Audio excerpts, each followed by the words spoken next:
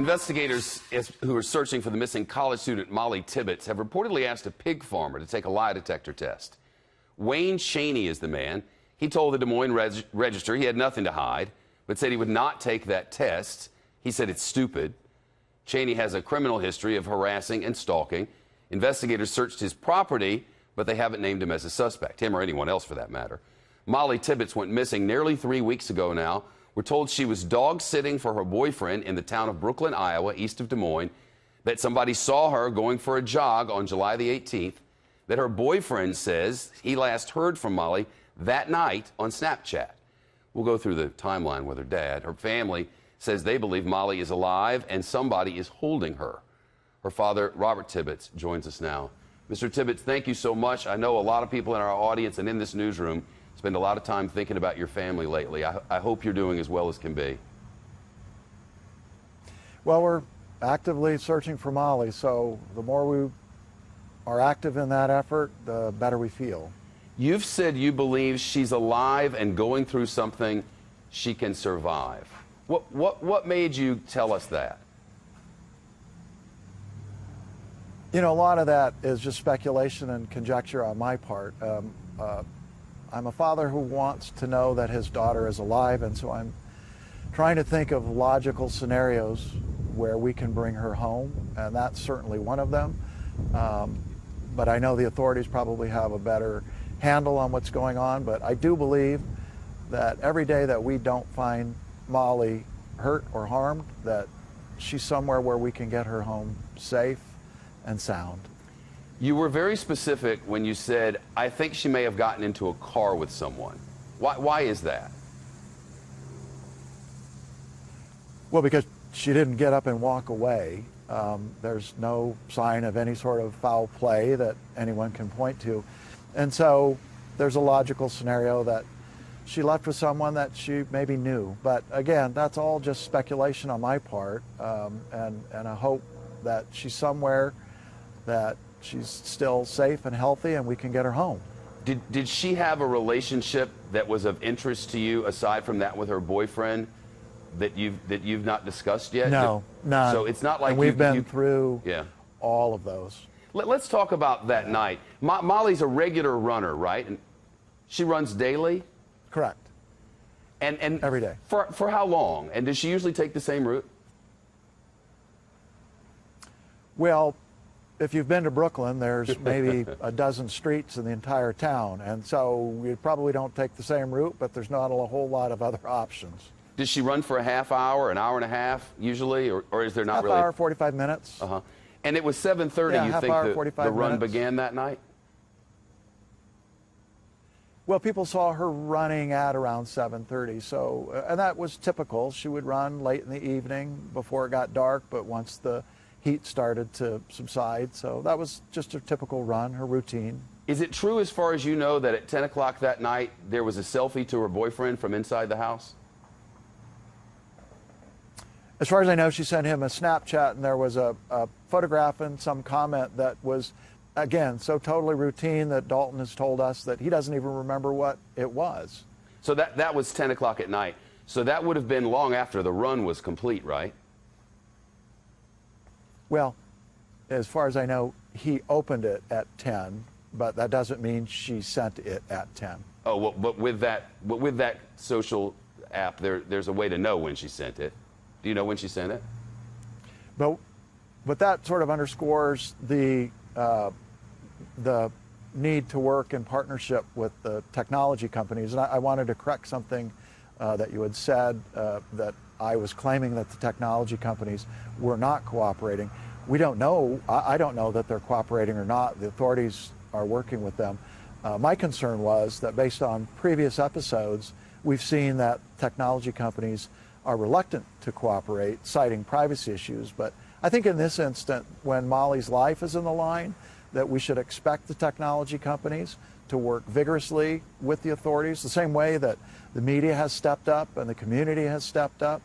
And so it's not something that I know or am claiming. It's just a concern of mine. How's your communication been with the authorities?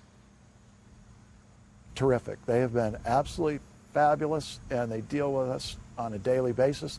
They're concerned with our well-being, how we're doing, how we're dealing with this psychologically, emotionally, and giving us sort of gentle advice on how to cope and how to work with the media, for instance. But they are not willing to share information because they do not want to compromise the search, and they do not want to put Mollie at harm.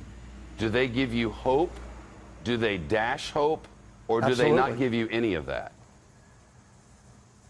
No, they give us hope. And they give us hope in the fact that the men and women that are involved in this, that we have met with, tell us all that they have daughters that are Mollie's age, and this is very personal for them. They are extremely good at what they do, but in this instance, they are extremely motivated. You mentioned Mollie might have gotten into the car with someone. Is that the sort of thing that she's done before? No.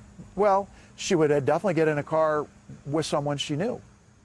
Is there someone she So knows would I.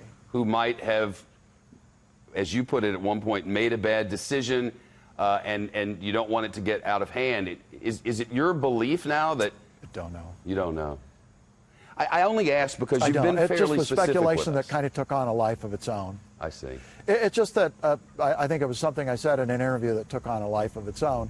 It's just in general, there is a logical scenario where Mollie is still alive with someone and we can get her home. How she got to that point is totally up to speculation, and I probably shouldn't have done that. Is there something that people can do for you that's not happening now? Is there a place that you'd like to know more about, or people you'd like for the police to talk to, or anything like that? Well, we started to do interviews with the media, and I can't be more grateful to the media and how sensitive they've been to our family and how terrific and effective they've been in driving tips and leads to the authorities. And in parallel, we started a reward fund that was with Crime Stoppers so that people could provide anonymous tips through Crime Stoppers. We started that fund last Thursday. It's already up to almost $300,000 as of today, and we've generated 650 tips and leads just in the 3 days that we've had it up and running. So all of this effort between the media and the community is working effectively. You've been, some of our viewers have noted, and it's been my observation, that from the beginning, you've been a man who is very at ease and very strong in this role. And I wonder, and I know how important you feel like it is to keep the discussion of your daughter who's missing alive. But I wonder where you find it in yourself to be at such ease and so easily communicating in such a difficult time. I would tell you this. If it were anyone else in our family in this situation than Mollie, she would be in this chair. Mollie is the one with all of the poise and all of the public speaking skills. I'm really not very good at this. I don't know how I'm doing it, but I'll tell anybody out there, you'd do the same thing. I've heard you make an appeal. If what you hope is that she's with someone and that someone has made a mistake and won't let her go yet, you've offered up words for that person if that person is paying any attention. Have you thought about that more specifically, what you would want to say to try to bring this to an end? Well, to that person, you're probably very afraid. This isn't probably a situation that you anticipated. You don't know how to extricate yourself from this. But the best thing to do at this point is put an end to it.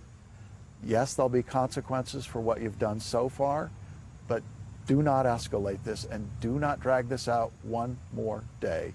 Let Mollie go and turn yourself in. Mr. Tibbetts, all the best to you and your family and friends. Many thanks. Thank you so much to everyone at Fox who've been terrifically helpful. Well, we have the number up on the screen, and it doesn't really matter in cases like this if you think whatever little tidbit you have, if you don't think it's important. The police always say, let them make that decision, and that's the number at the bottom, 800-452-1111, and they're there now. Imagine that family, can you?